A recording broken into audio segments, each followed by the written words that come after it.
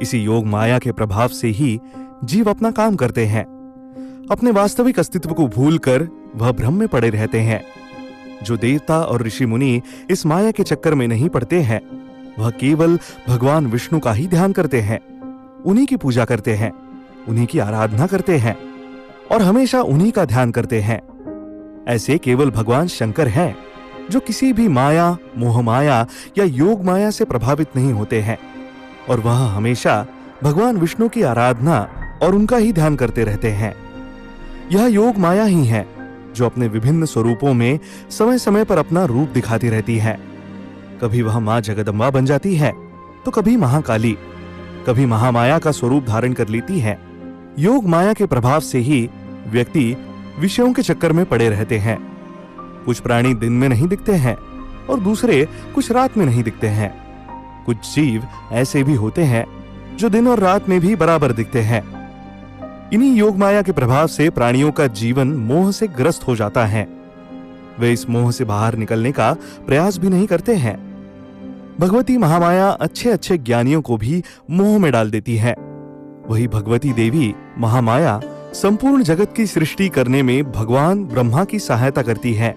वही संहार करने में भगवान शंकर की सहायता करती है और वही सृष्टि का पालन करने में भगवान विष्णु की सहायता करती है। इन्हीं पराविद्या महामाया के प्रभाव से जीव संसार के बंधन में फंसा रहता है। यह भगवती देवी योग माया ही संपूर्ण जगत की अधिश्राष्ठी है। यही नित्य स्वरूपा है और वह हमेशा सब जगह व्याप्त रहती है, परंतु दिखाई नहीं पड़ती है। उनका प्रकट होना उन्हीं की इच्छा से होता है और वह देवताओं के कार्य सिद्ध करने के लिए अनेक रूपों में प्रकट हो जाती है। एक बार की बात है, जब कल्प के अंत में सारी सृष्टि समाप्त हो गई थी और भगवान विष्णु क्षीर सागर में शेष शैया पर योग निद्रा में सोए हुए थे, उसी समय उनके कानों से मधु और कैटब नाम के 2 राक्षस पैदा हुए। ये दोनों राक्षस भगवती देवी महाकाली की आराधना करके अपार बल प्राप्त करके आए थे। योग माया के मां काली स्वरूप ने उनको बहुत ही शक्तिशाली और बलवान बना दिया और उनको बल के प्रभाव से मोहग्रस्त कर दिया। मां काली के आशीर्वाद से वह दोनों राक्षस शक्ति के अहंकार में भगवान विष्णु की नाभि से निकले कमल पर बैठे ब्रह्मा जी पर हमला करने के लिए आगे बढ़े। क्योंकि प्राणी का यह स्वभाव होता है कि व्यक्ति के पास जब बल ज्यादा बढ़ जाता है तो वह सामने की चीजों को बहुत ही तुच्छ समझने लगता है और उनको अपने अधीन या नष्ट करने पर लग जाता है। इसके साथ ही यह प्रकृति का नियम है कि मनुष्य बल के अहंकार में विध्वंसक ज्यादा हो जाता है और वह नकारात्मक काम ज्यादा करता है। मधु कैटब के सामने अभी तक केवल ब्रह्मा जी ही दिखाई पड़े थे, बाकी तो चारों तरफ जल ही जल था। विष्णु जी योग निद्रा में सोए हुए थे तो ब्रह्मा जी के ऊपर उन्होंने हमला कर दिया। ब्रह्मा जी ने भगवान विष्णु की योग माया की आराधना की, योग माया का ध्यान किया और उनसे प्रार्थना की। तब भगवान विष्णु की नेत्रों से योग माया प्रकट हुई और उन्होंने ब्रह्मा जी से पूछा, हे देवी, योग माया, महामाया, महाविद्या, तुम ही महाकाली, महासरस्वती, महालक्ष्मी हो। तुम ही से यह सारा संसार बना है, तुम्हारे ही कारण यह संसार चल रहा है। हे ब्रह्मा जी, बोलो आपने किस उद्देश्य से मेरा स्मरण किया है?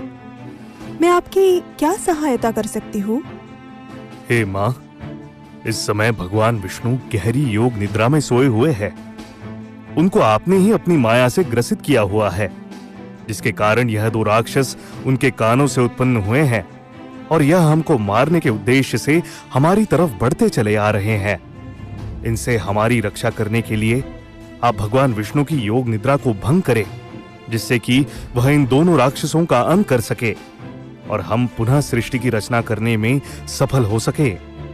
आप इन दोनों मधु और कैटब राक्षसों को मोहग्रस्त कर दो। ब्रह्मा जी की प्रार्थना सुनकर योग माया ने अपना प्रभाव हटा दिया और भगवान विष्णु योग निद्रा से जाग कर उठ गए थे और सामने ब्रह्मा जी को देखा। तब ब्रह्मा जी ने उनसे कहा, हे प्रभु, आपके योग निद्रा में लीन होने के समय ये दोनों राक्षस मधु और कैटब आपके कानों से उत्पन्न हो गए हैं और यह दोनों राक्षस हमको खा जाने के उद्देश्य से मारने के लिए आतुर दिखाई पड़ रहे हैं। इनसे हमारी रक्षा कीजिए। ठीक है ब्रह्मदेव, मैं इन दोनों राक्षसों को मारकर आपको इनके भय से मुक्त कर देता हूं। दोनों राक्षसों के साथ भगवान विष्णु का युद्ध होने लगा। बहुत दिनों तक भगवान विष्णु ने दोनों राक्षसों के साथ युद्ध किया, परंतु वह दोनों को मारने में सफल न हो सके, क्योंकि मधु कैटभ नाम के दोनों राक्षसों ने मां भगवती महाकाली से वरदान प्राप्त कर लिया था कि वह बहुत शक्तिशाली हो जाए, जिससे उनको कोई मार न सके। मां काली के वरदान पाने से मधु कैटभ को बड़ा अहंकार हो गया, और उधर भगवान ब्रह्मदेव ने योग माया से प्रार्थना की कि वह मधु को अपनी महामाया से प्रभावित कर उनको अहंकार से मदमस्त कर दे। जब भगवान विष्णु के साथ मधु और कैटभ युद्ध करते करते भारी पड़ने लगे, तब योग माया ने अपना प्रभाव दिखाया और उन्होंने दोनों राक्षसों की बुद्धि को प्रभावित कर दिया। इसके प्रभाव से उनको इतना घमंड हो गया कि वह भगवान विष्णु को बहुत ही तुच्छ समझने लगे, और उनसे मधु कैटभ ने कहा, हम तुमसे बहुत प्रसन्न हैं, तुम हमसे कोई भी वर मांग लो। भगवान विष्णु ने उन दोनों राक्षसों से कहा, हे प्रभु, यदि आप मुझ पर प्रसन्न हैं, तो मुझे यह वरदान दीजिए कि तुम्हारी मृत्यु मेरे हाथों से हो। मधु कैटभ ने विचार किया कि सारी सृष्टि तो जलमग्न है, यहाँ कहीं धरती तो दिखाई नहीं पड़ती है, इसलिए उन्होंने कहा, ठीक है पुत्र, हम तुमको ये वरदान देते हैं कि हमारी मृत्यु तुम्हारे हाथों से हो, परंतु यहाँ तो सब जगह जल ही जल है। तुम मेरी मृत्यु वही कर सकते हो जहाँ जल ना हो। किसी सूखी जगह पर ही तुम हमको मारने में सफल हो सकते हो। मधु कैटभ से वरदान प्राप्त करने पर भगवान विष्णु ने अपना विराट रूप धारण किया और दोनों राक्षसों का सिर अपने जंघाओं पर रखकर अपने सुदर्शन चक्र से काट दिया।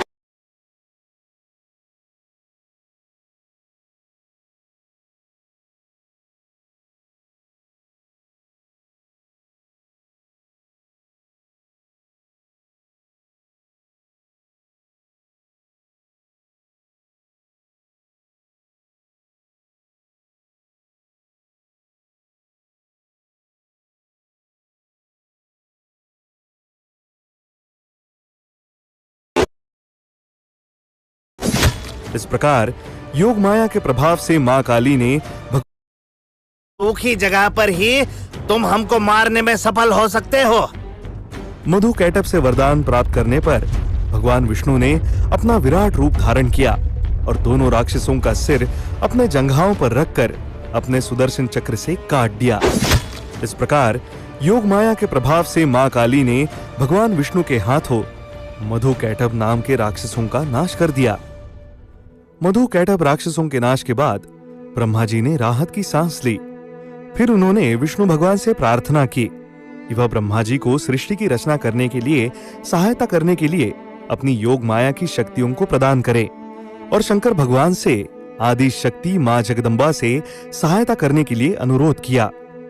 तब भगवान विष्णु ने ब्रह्मा जी के पास अपनी योग माया को भेजा, और उधर शंकर भगवान ने भी आदि शक्ति मां जगदम्बा को ब्रह्मा जी के पास सृष्टि की रचना के लिए भेज दिया।